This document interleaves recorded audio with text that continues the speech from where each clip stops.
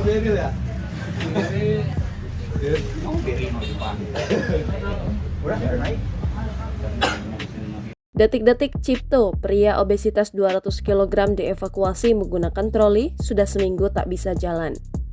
Setelah sebelumnya kasus pria obesitas bernama Muhammad Fajri, kini kasus tersebut kembali muncul di kota Tangerang.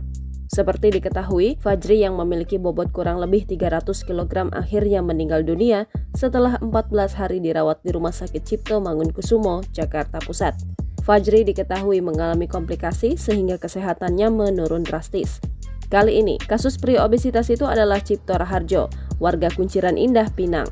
Setelah ditelusuri, ia diketahui ternyata berbobot 200 kg dan sudah sepekan terakhir ini tidak bisa berjalan.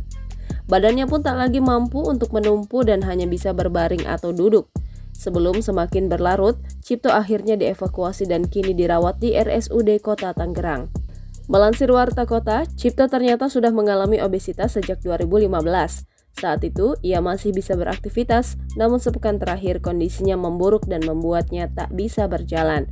Cipto, saat berbincang di kediamannya pada Selasa 4 Juli 2023, mengungkapkan jika dirinya baru sekitar seminggu ini tidak bisa kemana-mana.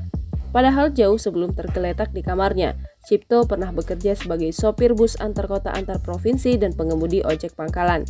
Namun, kondisi berat badannya yang tak lazim itu membuat para pelanggannya enggan menggunakan lagi jasanya. Adapun Cipto telah dievakuasi menggunakan troli dari dalam rumahnya di Kunciran Indah Pinang, Kota Tangerang, sebelum diangkut dengan truk menuju RSUD Kota Tangerang Selasa 3 Juli 2023 malam. Evakuasi itu dilakukan oleh petugas Dinas Pemadam Kebakaran dan Penyelamatan Kota Tangerang.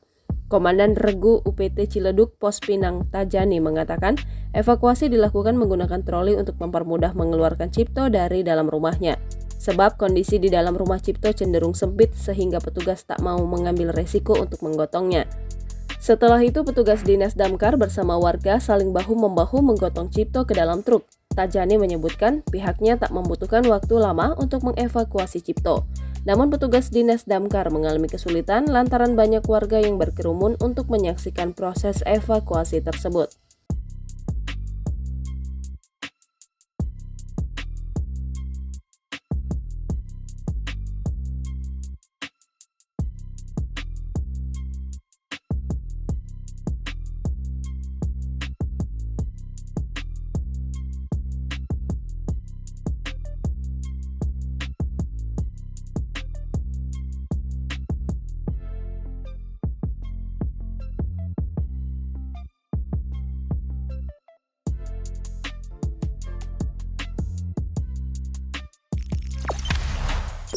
Jangan lupa subscribe, share, komen, dan like ya.